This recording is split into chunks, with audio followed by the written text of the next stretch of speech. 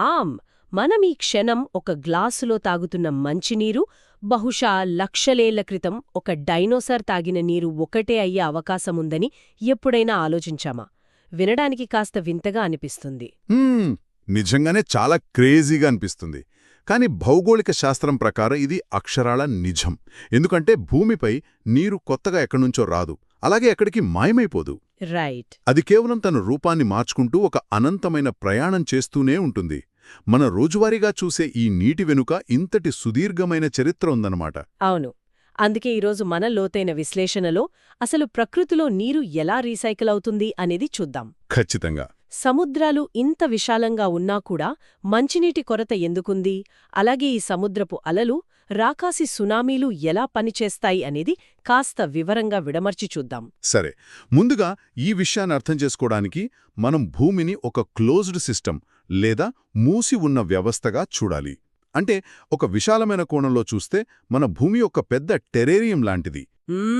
టెరేయమణ్యం ఒక పెద్ద గాజు పాత్రలో మట్టి వేసి మొక్కలు పెంచుతారు, అదే కదా? ఎగ్జాక్ట్లీ. ఒక పెద్ద గాజు పాత్రను తీసుకుని అందులో మట్టి వేసి కొన్ని మొక్కలు నాటి కొద్దిగా నీళ్లు చల్లి గట్టిగా మూతపెట్టేస్తే ఏమవుతుంది? ఆ మూసి ఉన్న పాత్రలోకి బయట నుండి గాలిగాని నీరుగాని వెళ్లదు. అవును. కాని లోపల ఉన్న మొక్కలు మాత్రం బతుకుతాయి. ఎలా బతుకుతాయి అని ఎప్పుడైనా ఆలోచించారా? అంటే ఆ పాత్ర లోపల చల్లిన నీరు మట్టి నుండి, మొక్కల ఆకుల నుండి ఆవిరై పైకి వెళుతుంది. కరెక్ట్. ఆ తర్వాత ఆ గాజుపాత్ర పైకప్పుకు తగిలి చల్లబడి మళ్లీ నీటి బిందువుల్లా మారి వర్షంలా ఆ మట్టిపైని పడుతుంది. మళ్లీ అదే నీటిని మొక్కలు పీల్చుకుంటాయి. అదొక నిరంతర చక్రం కదా. అక్షరాల అదే జరుగుతుంది. మన భూమి కూడా అంతరిక్షంలో తేలియాడుతున్న ఒక భారీ టెరేరియం లాంటిదే. సూర్యుని వేడి వల్ల సముద్రాలు, నదులు, సరస్సులలోని నీరు బాష్పీభవనం చెందుతుంది. ఆ నీటి ఆవిరి పైకి వెళ్లి చల్లబడి మేఘాలుగా మారుతుంది. దీన్నే కండెన్సేషన్ అంటారు కదా. అవును. ఆ తర్వాత ఆ మేఘాలు గాలితో పాటు ప్రయాణించి మళ్లీ వర్షం లేదా మంచు రూపంలో భూమిని చేరుకుంటాయి. దీన్నే మనం జలచక్రం లేదా వాటర్ సైకిల్ అంటాం. వావ్! సో దీని అర్థమేంటంటే వందల సంవత్సరాల క్రితం దక్షిణ అమెరికాలోని అమెజాన్ నదిలో ప్రవహించిన నీరే ఆవిరై మేఘాలుగా మారి ఖండాలు దాటి ప్రయాణించి అవును, ఇప్పుడు మన భారతదేశంలోని హర్యానాలో ఉన్న ఒక వ్యవసాయ పొలానికి నీరుగా పారుతూ ఉండవచ్చన్నమాట. ఖచ్చితంగా. అంటే మనం వాడుతున్న నీరు ప్రకృతిలో తయారైన మొట్టమొదటి మరియు అత్యుత్తమ రీసైకిల్ ఉత్పత్తి కదా. ఈ భూమి అనే మూసి ఉన్న గాజు పాత్ర నుండి నీరు ఎక్కడికి తప్పించుకోలేదు. నిజమే. భూమిపై జీవం ఇన్ని కోట్ల సంవత్సరాలుగా మనుగడ సాగిస్తోంది అంటే దానికి కారణం ఈ నిరంతర రీసైక్లింగ్ ప్రక్రియే. అయితే ఇక్కడే ఒక పెద్ద పారాడాక్స్, అంటే ఒక విరోధాభాసం వస్తుంది. ఏంటది? ఈ మూసి ఉన్న టెర్రరియంలో నీరు ఎక్కడికి పోనప్పుడు, ఎప్పుడూ రీసైకిల్ అవుతున్నప్పుడు, మరి ప్రపంచవ్యాప్తంగా దాదాపు ప్రతి దేశం నీటి ఎద్దడిని ఎందుకు ఎదుర్కొంటోంది? రైట్. ఇది నిజంగా ఆలోచించాల్సిన విషయమే.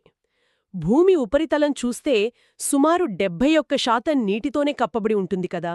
అంత సమృద్ధిగా నీరున్నప్పుడు కరువెందుకొస్తుంది? ఎందుకంటే ఆ సమృద్ధి అనేది ఒక భ్రమ మాత్రమే.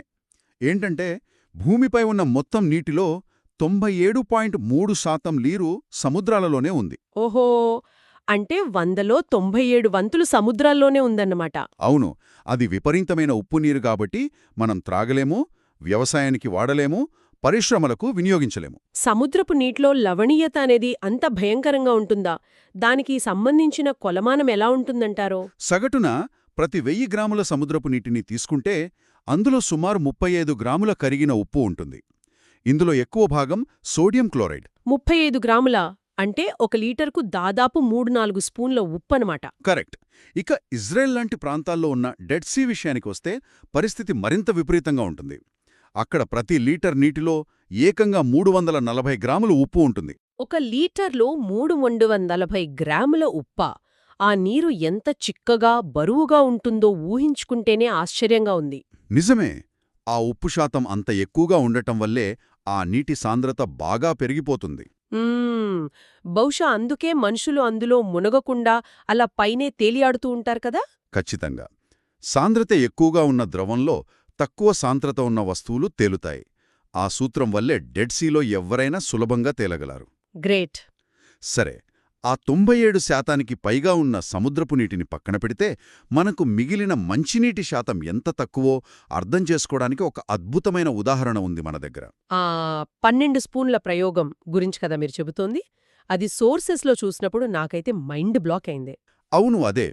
భూమిపై ఉన్న మొత్తం నీటినంతా కలిపి ఒక 2 లీటర్ల బాటిల్లో నింపామనుకుందాం. సరే, 2 లీటర్ల బాటిల్. ఇప్పుడు ఆ బాటిల్ నుండి కేవలం 12 స్పూన్ల నీటిని తీసి పక్కన ఒక గిన్నెలో పోయండి. ఆ బాటిల్లో మిగిలిపోయిన నీరంతా సముద్రాలలోని పనికిరాని ఉప్పు నీరు. అంటే మనకు వాడుకోవడానికి మిగిలింది ఆ గిన్నెలో ఉన్న 12 స్పూన్ల మంచినీరు మాత్రమేనా? అక్కడితో ఆగలేదు విషయం.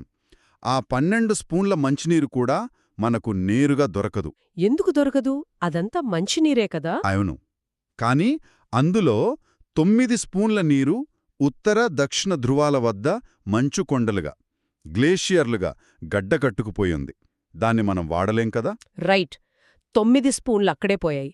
ఇక మిగిలింది 3 స్పూన్లే కదా? ఆ 3 స్పూన్లలో మరో 2 స్పూన్ల నీరు భూగర్భ జలాలుగా భూమి అట్టడుగున దాగి ఉంది. ఇక మిగిలిన ఇంకొక అరస్పూన్ నీరు మంచినీటి సరస్సులలో ఉంది. ఒక్క నిమిషం. మరి నదుల పరిస్థితేంటి? మనం రోజూ చూసే నదులు ఎక్కడున్నట్టు ఆ లెక్కలో?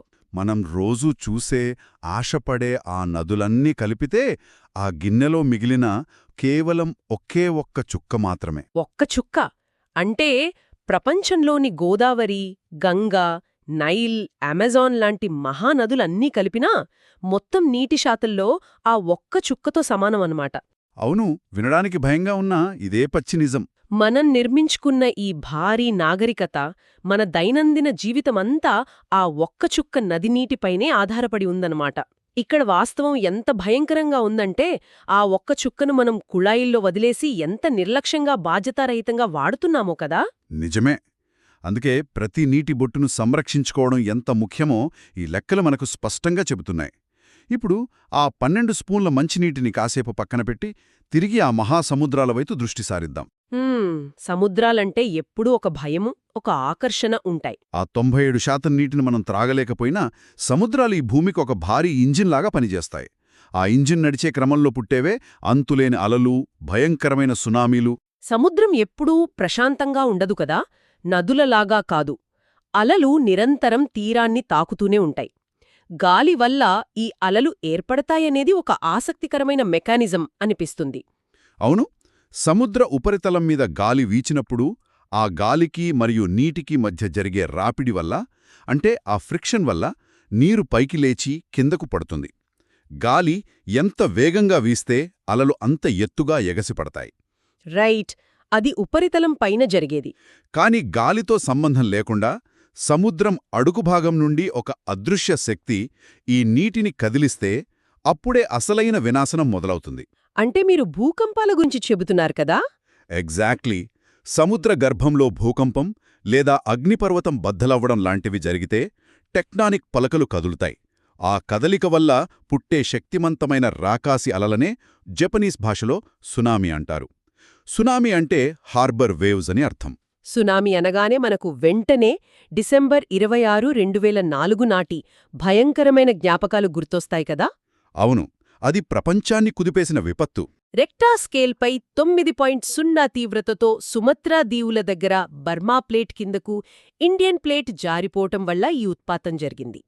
ఆ రోజు సముద్రగర్భం 10 నుండి 20 మీటర్లు పైకి కదిలింది అని భౌగోళిక శాస్త్రవేత్తలు చెబుతారు. అవునండి. ఒక్కసారి ఊహించుకోండి, సముద్రం అడుగుభాగం 20 మీటర్లు పైకి లేచిందంటే దానిపైన ఉన్న కోట్లాది టన్నుల నీరు ఒక్కసారిగా పైకి నెట్టబడుతుంది. ఆ అపారమైన శక్తి అలల రూపంలో అన్ని దిశలా ప్రయాణిస్తుంది. ఆ వేగం కూడా మామూలుగా ఉండదు కదా? అస్సలుండదు. ఆ అలల వేగం ఎంత భయంకరంగా ఉంటుందంటే గంటకు సుమారు 800 కిలోమీటర్లు.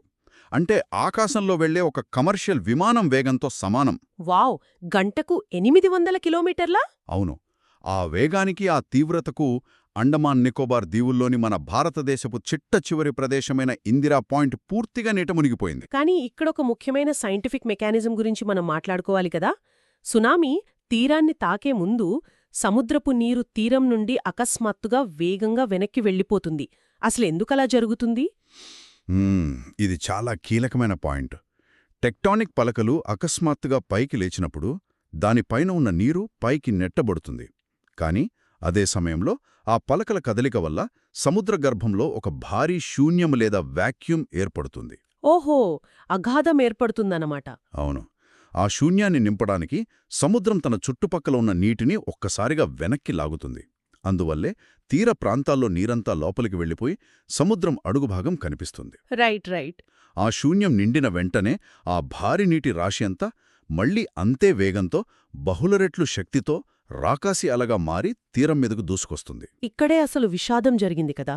2004లో నీరు వెనక్కి లాగినప్పుడు అది ప్రమాద హెచ్చరిక అని తెలియక జనం ఆ వింతను చూడటానికి సముద్రతీరానికి గుమిగూడారు. అదే చాలా బాధాకరమైన విషయం. సరైన ముందస్తు హెచ్చరికల వ్యవస్థ లేకపోవడం, ఆ మెకానిజంపై అవగాహన లేకపోవడమే ఆ వినాశనానికి కారణం. నిజమే.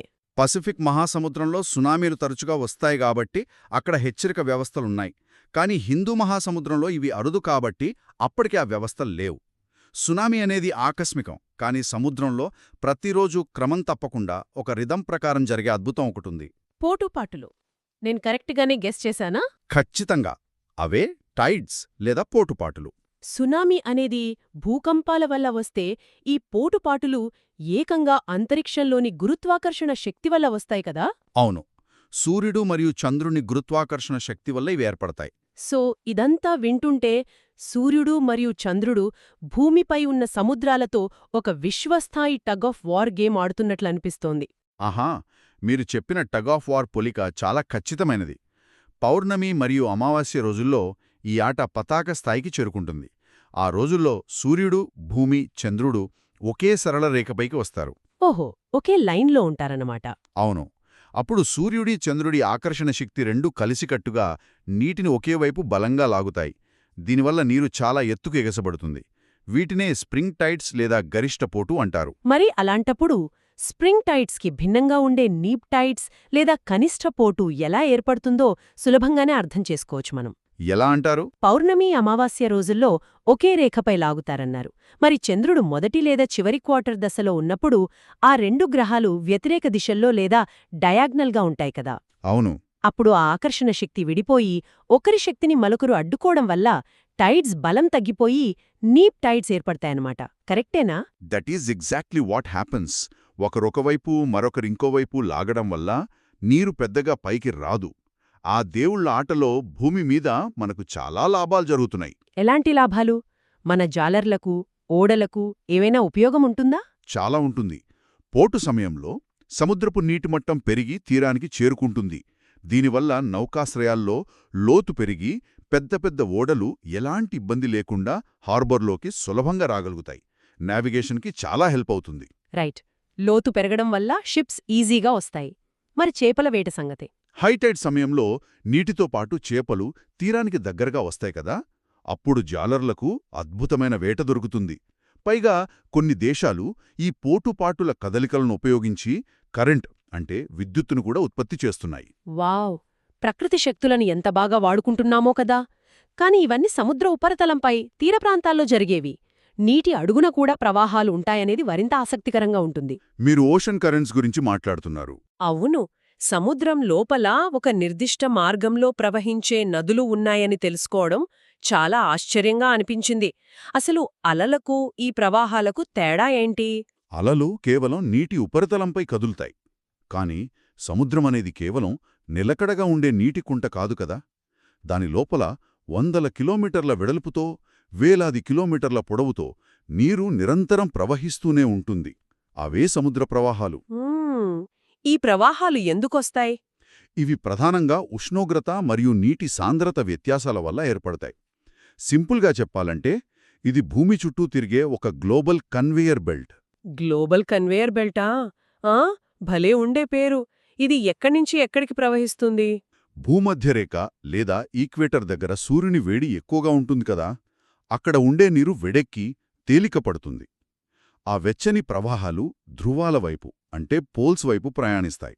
ఉదాహరణకు గల్ఫ్ స్ట్రీమ్ అంటారు, అదేనా? ఎగ్జాక్ట్లీ. అదే సమయంలో ధృవాల వద్ద ఉండే అతి చల్లని, బరువైన నీరు సముద్రం అడుగుభాగం గుండా భూమధ్యరేఖ వైపు ప్రయాణిస్తుంది. దీనికి ఉదాహరణ లాబ్రడార్ కరెంట్. అంటే ఈ వెచ్చని మరియు చల్లని ప్రవాహాలు ఒకచోట కలుసుకునే అవకాశం కూడా ఉంటుంది కదా. అలా అవి కలిసే చోట చేపలకు కావలసిన ఆహారం అద్భుతంగా పెరుగుతుందని విన్నాను. అవును, అందుకే జపాన్ సముద్రాలు లేదా ఉత్తర అమెరికా తూర్పు తీరం లాంటి ప్రాంతాలు ప్రపంచంలోనే బెస్ట్ ఫిషింగ్ గ్రౌండ్స్గా మారాయి. సూపర్. కానీ ఇక్కడొక ఆసక్తికరమైన విషయమేంటంటే, ఆ రెండు ప్రవాహాలు కలుసుకునే చోట వాతావరణంలో విపరీతమైన మార్పులొచ్చి దట్టమైన పొగమంచు ఏర్పడుతుంది. ఆ ఫాగీ వెదర్ వల్ల ఓడల ప్రయాణానికి ఆ ప్రాంతాలు చాలా ప్రమాదకరంగా మారతాయి. అంటే ఇవి భూమికి ఒక భారీ క్లైమేట్ కంట్రోల్ సిస్టంలాగా పనిచేస్తాయన్నమాట. ఒక పక్క అత్యుత్తమ చేపల వేట ప్రాంతాన్నిస్తూనే మరోపక్క పొగమంచుతో ప్రమాదాన్ని సృష్టిస్తున్నాయి. ప్రకృతి ఎప్పుడో ఒక బ్యాలెన్స్ను ఎలా మెయింటైన్ చేస్తుందో కదా. ఖచ్చితంగా. సముద్ర ప్రవాహాలు భూమి ఉష్ణోగ్రతను బ్యాలెన్స్ చేస్తాయి.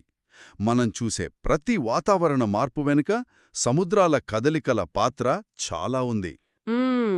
ఈరోజు మన లోతైన విశ్లేషణలో మనకు బాగా తెలిసిన నీటి గురించి ఎన్నో తెలియని కోణాలను చూశాం మనం. భూమి అనే ఈ మూసి ఉన్న టెర్రేరియంలో జలచక్రం ఎలా నిరంతరం తిరుగుతోందో తెలుసుకున్నాం. అవును. అలాగే 2 లీటర్ల బాటిల్ నుండి వేరుచేసిన ఆ 12 స్పూన్ల ప్రయోగం ద్వారా మనం వాడుకునే మంచినీరు ఆ ఒక్క చుక్కే అని అర్థం చేసుకున్నాం. సునామీల వెనక ఉన్న భయంకరమైన సైన్స్, సముద్రపు నీరు వెనక్కి లాగడం వెనుక ఉన్న వాక్యూమ్ మెకానిజం గురించి కూడా మాట్లాడుకున్నాం. వీటన్నింటిని బట్టి మనకర్థమయ్యేది ఒకటే: సముద్రపు పోటుపాటులు, లోతైన సముద్ర ప్రవాహాలు మన రోజువారీ జీవితాన్ని, మన వాతావరణాన్ని ప్రత్యక్షంగానో పరోక్షంగానో నడిపిస్తున్నాయి. నిజమే. ప్రకృతిలోని ప్రతి నీటిబొట్టు కోట్లాది సంవత్సరాలుగా ఎంతో ప్రయాణం చేసి మన దగ్గరికొస్తోంది. కాబట్టి ఆ అమూల్యమైన మంచినీటిని కాపాడుకోవడం మనందరి బాధ్యత. ఆ కన్జర్వేషన్ చాలా ముఖ్యం. రైట్. ఒక ఆసక్తికరమైన ఆలోచనతో ఈ చర్చను ముగిద్దాం మనం మాట్లాడుకున్నట్లు భూమిపై నీరు ఎప్పటికీ అలాగే ఉంటుంది, ఎక్కడికీ పోదు. అంటే ఈరోజు ఉదయం మనం గ్లాస్లో త్రాగిన నీరు లక్షల సంవత్సరాల క్రితం డైనోసార్లు త్రాగిన నీరు ఒకటే అయ్యుండొచ్చు. మరి అలాంటప్పుడు ఇప్పుడు మనం ప్లాస్టిక్తోనో రసాయనాలతోనూ కలుషితం చేస్తున్న ఈ నీటిని మరో కొన్ని వేల సంవత్సరాల తర్వాత రాబోయే తరాలకు ఎలాంటి బహుమతిగా ఇవ్వబోతున్నాం? ఎన్నటికీ ఆగిపోని ఆ జలచక్రంలో మనం ఎలాంటి ముద్ర వేస్తున్నాం? ఒక్కసారి ఆలోచించండి. మరో ఆసక్తికరమైన అంశంతో మళ్ళీ కలుద్దాం. Keep exploring.